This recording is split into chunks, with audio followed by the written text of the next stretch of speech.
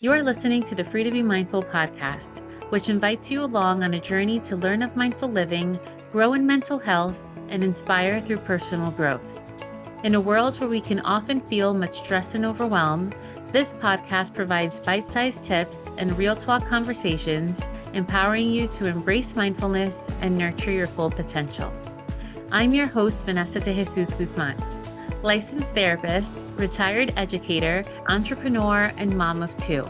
I'm passionate about helping busy moms reduce the overwhelm and to live life intentionally without losing their, well, here we go. Hi, and welcome back to the Consult a Counselor series, where I answer parenting related questions so that you can be present and at ease with your child and live life mindfully. Today's question is, how do I address my child's lying or dishonest behavior?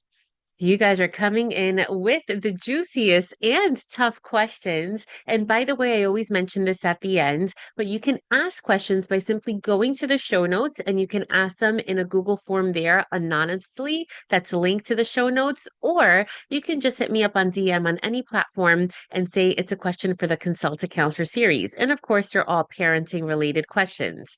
And when you ask your question, please put your child's age because specifically for this question, it's very different as to how I answer it if you have an early elementary child, like a 5 to 8 year old, or whether you have a teenager. So I'm going to give you a little bit of both since I don't know your child's age.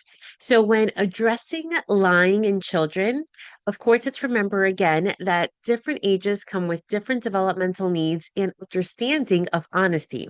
So, for example, younger kids, especially in early elementary, they're just learning the concept of truth versus fiction and may lie to avoid to getting in trouble or simply as a way to just explore their imagination, so to speak. Teens, on the other hand, often lie to assert independence or to fit in with their peers.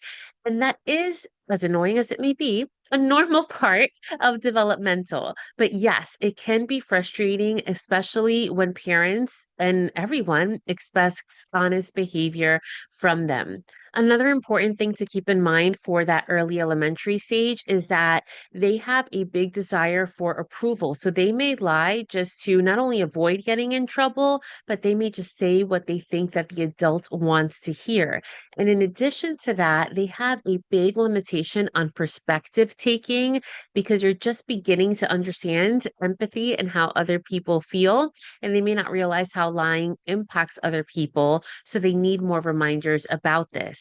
Teens, on the other hand, their moral reasoning is developing. So obviously, yes, they know right from wrong, but they may challenge these rules and they test the boundaries because by doing so, believe it or not, they're solidifying their own values and their own identity. Again, does not negate the fact that this is super frustrating. So, tips to keep in mind for both ages, and then I'll differentiate as I need to. For both, as I typically start off with every answer to every question, is stay calm and gather information. Be curious about what's happening. When you stay calm, first, you yourself are better able to ask what you need to ask to receive the information that you need to know and then to process it more calmly.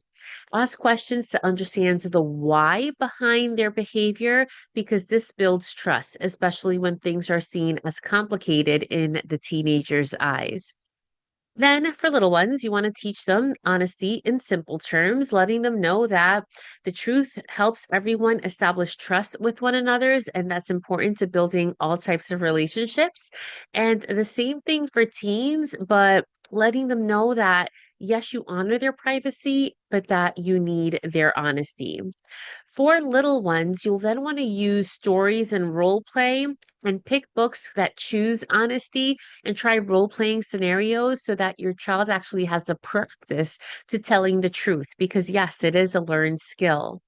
For teens, on the other hand, you want to make sure that there are clear boundaries and outcomes. As you remember, I said that last week, which is another word for consequences without the negative connotation to it. Because if lying becomes a habit, then we want to make sure that we have outcomes that fit that behavior, like limiting the privileges until trust is rebuilt.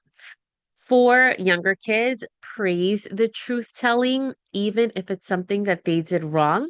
We want to reinforce that telling the truth is always valued. The same thing for older kids, but when they're older, we also want to reinforce their self-worth, meaning that we want to build their confidence so that they're less likely to lie or to choose to impress their peers in order to limit discomfort, right? Know that a secure teen is more inclined to communicate openly with you than one that is insecure. And of course, encourage open communication. And that is something, my friends, that has to be established from when kids are at a young age. We can't just ignore our kids, so to speak, and then expect them for them to be honest at 13, 15, 18 years old. We want to make sure that we're establishing healthy relationships and have that open communication.